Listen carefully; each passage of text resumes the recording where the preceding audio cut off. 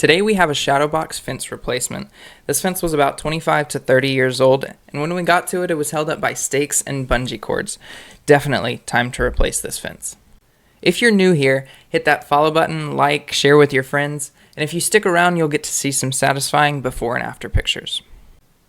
After we removed the old fence, laid out our line, and dug the holes, it was time to set the posts. We set ours 24 to 28 inches deep in about 80 to 100 pounds of concrete. For the corner post, we use a little bit more, upwards of 120, and we set those a little bit deeper.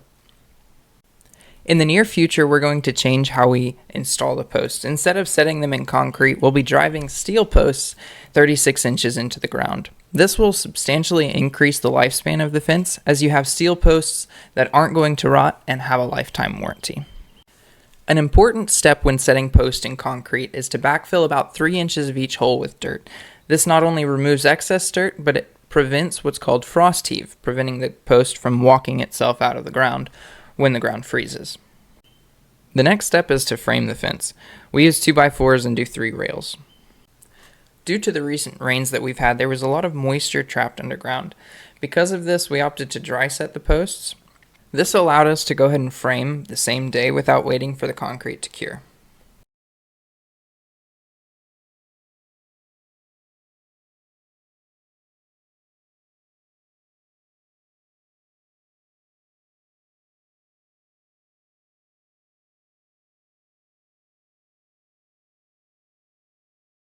Once we had the fence fully framed, we set pickets around each post to get the spacing for the line pickets.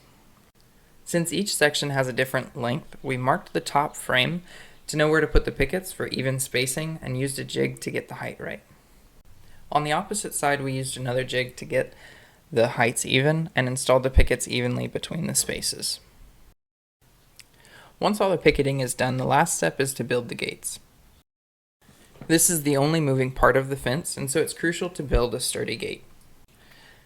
On fences, gates are the number one reason for callbacks, as over time they tend to sag and you can't latch them, and then they become unusable.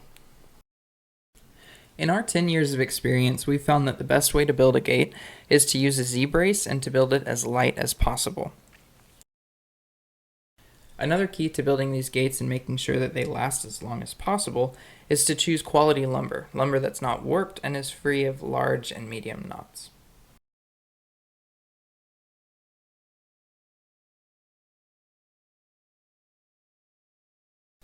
After installing the hinges and the latch and picketing the rest of the gate, the fence is finished.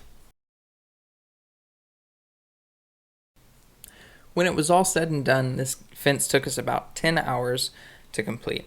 Our customer was very pleased with how it turned out, and frankly, I was too.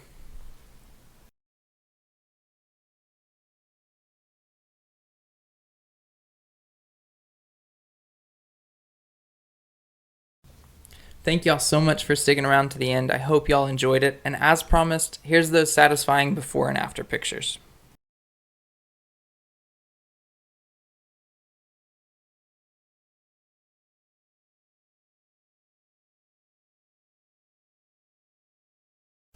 Just look at that transformation. Shadow box is by far my favorite style of fence, not only to install, but the practicality of it, offering a good deal of privacy, but allowing a gentle breeze to